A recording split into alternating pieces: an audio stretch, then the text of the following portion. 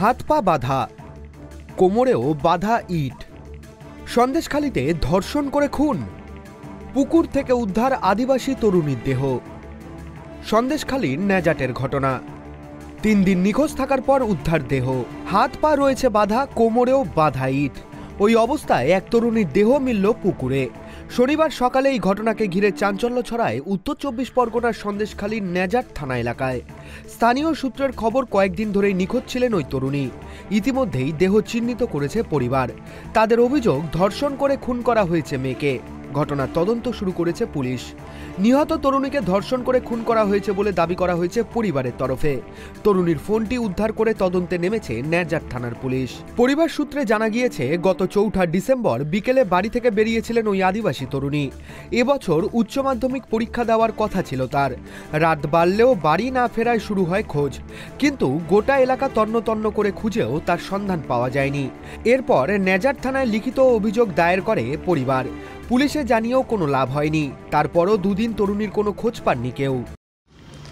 4 তারিখ বিকেলবেলা ও আমাদের একটা খামার বাড়ি আছে, তো খামার বাড়িতে গিয়েছিল ওর মায়ের সঙ্গে। ওখানে খামার বাড়িতে গিয়ে ও চলে আসে, প্রত্যেকদিন সবাই যায়, ও গেছে, সবাই চলে এসেছে। ও কিছুক্ষণ পরে ওকে দেখা যাচ্ছে সবাই চলে এসেছে, পেছন পেছন ও আসে।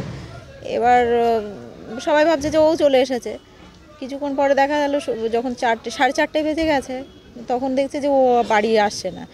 বাড়ি না আসলে তখন খোঁজাখুঁজি শুরু হয়ে গেছে যে কোথায় গেল। তারপর থেকে পুকুর টুকুর সব জায়গায় জেনে পড়তো, পুকুরে পড়লো কি কোথায় গেল, খোঁজাখুঁজি করলে খুঁজে পাওয়া যায়নি ওকে। আর তারপরে সঙ্গে সঙ্গে পুলিশ স্টেশনে গেলাম। পুলিশ স্টেশনে গিয়ে ওখানে পুলিশকে জানালাম। পুলিশও সঙ্গে সঙ্গে ইনিশিয়েটিভ নিয়েছিল। তো তারপর থেকে সারা রাত ধরে ওকে খোঁজা হয়েছে। প্রত্যেকটা জায়গায় গ্রামের সমস্ত মানুষ যে যা পেরেছে, সাইকেল নিয়ে, ভ্যান নিয়ে, মোটর সাইকেল নিয়ে, সব কিছু নিয়েই গেছে, গিয়ে পাওয়া যায়নি। আজকে ভোরবেলাতে আমাদের ওই খামার বাড়িতেই একটা পুকুরে ওর বডিটা ভেসে ওঠে। পাশেই পুকুর আছে, পুকুরের উপরে ভেসে ওঠে।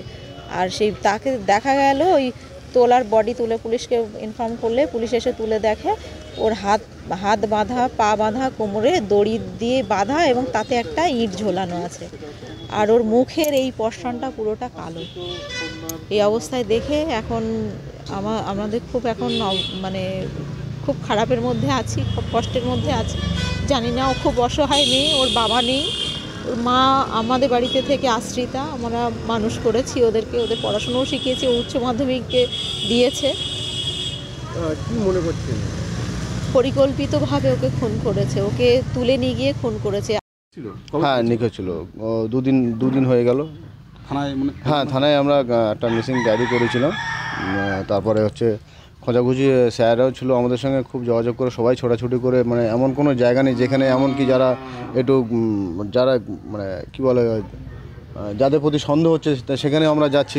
তাদের কোনো কথা বলছে, কেউ বলছে যে বাচ্চাগুলো বলছে যে আমরা 2টো ছেলের সঙ্গে আমরা দেখেছি, মেয়েটা কাঁদছিল, বাচ্চাগুলো বলছে এক্ষুনি ছিল, এরা কোথায় চলে, সেখানেও ছুটছি। এমন একটা জায়গা নেই যে সেখানে আমরা ছুটিনি। আজকে সকালবেলা মর্নিং ওয়াক করার সময় কিছু বয়স্ক মানুষ, ওরা বলছে যে আমাকে ডাকলো। আমি তো আমার বাড়ি পাশেই, ওখান থেকে বেশ কিছুটা দূরে আমার বাড়ি, ঘটনাস্থল থেকে। ও আমাকে বলছে, দাদা একটু বাইরে আসো, একটা কিছু দেখে যাওয়া, আমাদের সন্দেহ হচ্ছে। তা আমি হঠাৎ করে এসে দেখলাম যে এই ব্যাপার, ওই বডিটা পড়ে আছে। কী অবস্থা ছিল? পুরো যেভাবে বাঁধা ছিল, হাত পা বাঁধা ছিল। স্যাররা যখন আসলো, এসে বডি তুলে দেখে হাত পা বাঁধা আছে।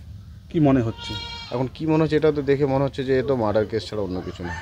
ধর্ষণ করে খুন মনে হচ্ছে? এটা তো অবশ্যই। কি মনে হচ্ছে যে এ ধর্ষণ করে খুন ছাড়া অন্য কিছু না। ছাত্রীর এক আত্মীয়ের দাবি, এলাকায় শাসক দলের আশ্রয় কিছু অনুপ্রবেশকারী রোহিঙ্গাদের দাপাদাপি বেড়েছে। এই ঘটনা তাদের দলবদ্ধ কাজ হয়ে থাকতে পারে বলে অনুমান। ঘটনায় দোষীদের চরম শাস্তির দাবি জানিয়েছেন সকলে। তো একদম পরিকল্পিতভাবে গ্যাং রেপড অ্যান্ড মার্ডার, একদম, এতে কোনো সন্দেহ নেই। আমরা দোষীদের সঠিক তদন্ত করে তাদের খুঁজে বার করুক প্রশাসন, এটা চাইছি, এবং তাদের চরম শাস্তির দাবি জানাচ্ছি। বডিটা ভোরবেলা একদম গ্রামেরই একজন প্রতিবেশী, সে পুকুরের পাশ দিয়ে রাস্তা গেছে, সেই রাস্তা দিয়ে যখন যাচ্ছিল তখন বডিটাকে দেখতে পেয়েছে। তারপর সে বাড়িতে খবর দিয়েছে, দিলে সমস্ত বাড়ির লোকজন গেছে, তারপর পুলিশকেও খবর দিয়েছে। দেখুন, সন্দেহ করার মতো আমরা কাউকে পাচ্ছি না, তবে বিশেষভাবে ওই এলাকায় শাসক দলের আশ্রয়ে কিছু অনুপ্রবেশকারী রোহিঙ্গারা ওখানে আশ্রয় নিয়েছে, তারা ওখানে বাইক করে দাপাদাপি করে বেড়ায়। আমাদের সন্দেহ তাদের মধ্য থেকে কেউ এই কাজ করেছে বা তারা দলবদ্ধভাবে এই কাজ করেছে। শনিবার সকালে ঘটিহারা গ্রামে বাড়ি থেকে 500 মিটার দূরে পুকুরে তরুণীর দেহ ভাসতে দেখা যায়। হাত পা ছিল দড়ি দিয়ে বাঁধা, কোমরেও বাঁধা ছিল থানিট। সঙ্গে সঙ্গে পুলিশে খবর দেন স্থানীয়রা। পুলিশ এসে পুকুর থেকে দেহ উদ্ধার করে নিয়ে যায়।